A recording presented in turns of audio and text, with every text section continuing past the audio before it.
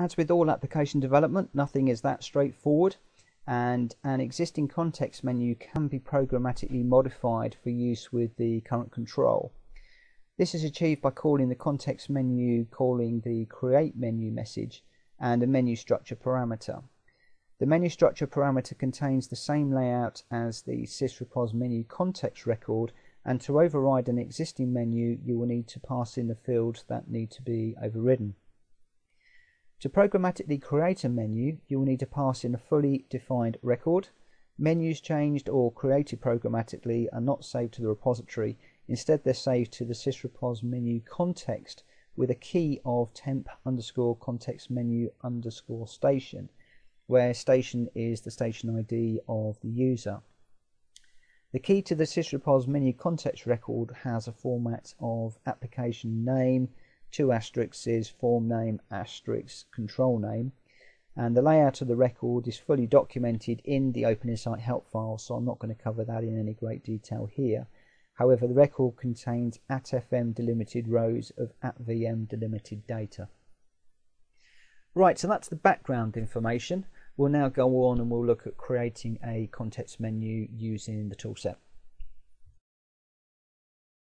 Right, this is where things are going to start getting a little bit interesting, because I've literally had an evening to gen up on the context menu, and you won't actually be able to follow this section of the lesson as I've created a message and a quick help window within the user interface workspace, and that's a topic for another time.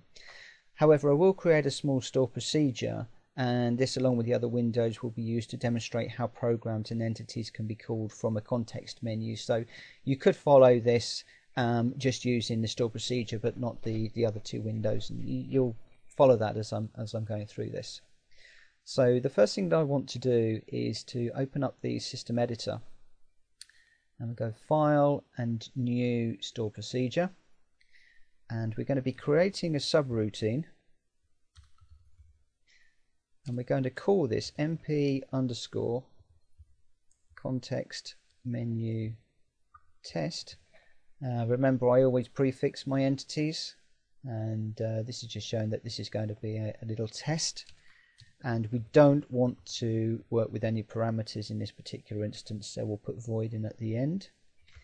We then want to declare subroutine, and this is going to be set_property. And then what we want to do is I'm going to be setting the color of an edit line, and the color is going to be a dark green, and we are going to be setting the property of that, which is going to be the back color. Now I've got to make sure that I'm doing this with the American spelling of color rather than the English, otherwise it will go wrong. And then we want to set property at window. Then we want to concatenate the window name with the control name that we're working with. So in this instance it's going to be edit line _1, and we're going to add that in a moment. And we'll set the property or prop and the color, choosing the American style, and then we'll just simply return. And when we're done, we can compile that, and we'll save it using the store procedure name that it gets from what we've defined here. Happy with that, so okay. And I've got some issues down here. I seem to have a problem with that particular line. So what we do is double click on it, jumps to the line, and I can see there that I've got a bracket instead of a quote. So we just run that one again, and then the store procedure compiles okay, so we'll save that, and we'll come out of the system editor. And that's created us a store procedure that we can call from our context menu.